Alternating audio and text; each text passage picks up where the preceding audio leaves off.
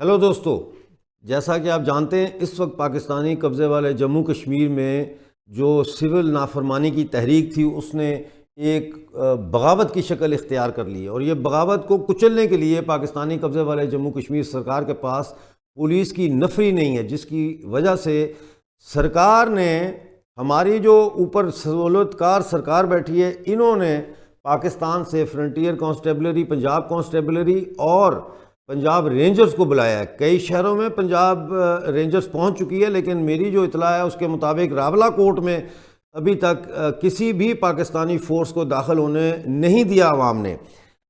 पाकिस्तान की तरफ से ये एक इंतहाई गैर कानूनी इकदाम है। इसकी शदीद अल्फाज में ना सिर्फ मजम्मत की जाती है बल्कि उनको ये चुनौती भी दे रहे हैं, हम वार्न कर रहे हैं कि इसको रियासत जम्मू कश्मीर जो पाकिस्तान के कंट्रोल में हिस्सा है उसके ऊपर बैरूनी हमला तस्वर किया जाएगा। ये पाकिस्तानी ऑक्युपाइड जम्मू कश्मीर की जो भी थोड़ी बहुत टेरिटोरियल सॉवरेनिटी रह गई है, ये उस टेरिटोरियल सॉवरेनिटी को 22 अक्टूबर 1947 के बाद आज एक दफ़ा फिर पाकिस्तानी हमले का सामना है। मैंने हमेशा आपको बताया कि अक्टूबर 2023 का महीना वो महीना होगा जिसमें हम पाकिस्तान से आज़ादी हासिल कर सकते हैं। और ये बात मैं पिछले 5 साल से कह रहा हूँ और मैंने तारीख भी दी थी, 22 अक्टूबर 2023 को पाकिस्तानी फ़ौजें POJ के से निकल जाएं। अब वो वक्त आ गया है कि हम ये समझने की कोशिश करें कि ये जो तहरीक है, इस तहरीक को इस सतह तक ले जाकर अब आगे ले जाने के लिए अगर पाकिस्तानी कब्ज़े वाले जम्मू कश्मीर का कोई लीडर है तो वो मैं हूँ। मैं वो लीडर हूँ जो इस तहरीक को अवामी एक्शन कमेटी की, ये तहरीक जो अवामी एक्शन कमेटी का खुद जिसमें इर्तका हुआ है और अब वो जम्मू कश्मीर जॉइंट अवामी एक्शन कमेटी बन गई है। मैं ये कहता हूँ कि ये अवामी एक्शन कमेटी जो है ये गवर्नमेंट इन वेटिंग है।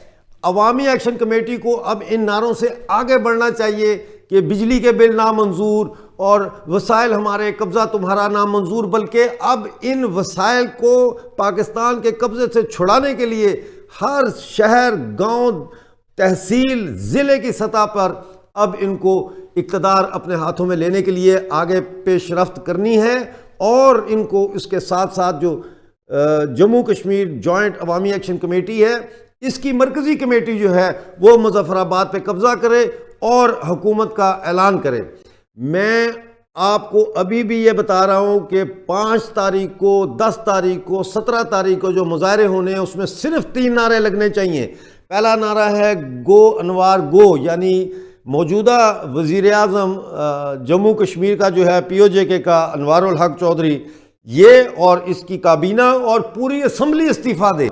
नंबर दूसरा मुतालबा है कि अवामी कमेटियां जो है ये इक़्तिदार इनको मुंतकिल किया जाए। और तीसरा मुतालबा है कि 22 अक्टूबर 2023 तक, यानी इस महीने की 22 तारीख तक पाकिस्तान अपनी फ़ौजें वहाँ से निकाल दे। मैं एक दफ़ा फिर ये ख़बरदार करना चाहता हूँ पाकिस्तान को कि पाकिस्तान की कोई भी सिक्योरिटी फोर्स या फ़ौज अगर हमारे लोगों के साथ तसादम करेगी तो वो बलूचिस्तान को भूल जाएंगे, वो खैबर पख्तूनख्वा को भूल जाएंगे, वो अफ़गानिस्तान को भूल जाएंगे कि इतनी बड़ी जो है मज़ाहमतकारी हम उनको देंगे कि वो याद करेंगे सारी ज़िंदगी, वो बांग्लादेश को भूल जाएंगे। तो मैं आखिर में सिर्फ ये कहना चाहता हूँ कि पाकिस्तानी कब्ज़े वाले जम्मू कश्मीर के नौजवानों, मुझे अपना लीडर तस्लीम करो, मेरा साथ दो, मेरे साथ चलो।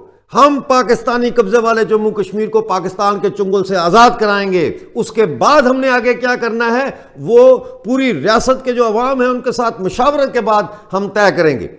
मैं आखिर में एक दफ़ा फिर आपको ये कहता हूँ कि आप जो जद्दोजहद कर रहे हैं, ये अब सबसे मुश्किल तरीन मराइल में हम दाखिल हो चुके हैं। आज़ादी नविश्ता दीवार बन चुकी है। आगे बढ़ो, इनकलाब करो।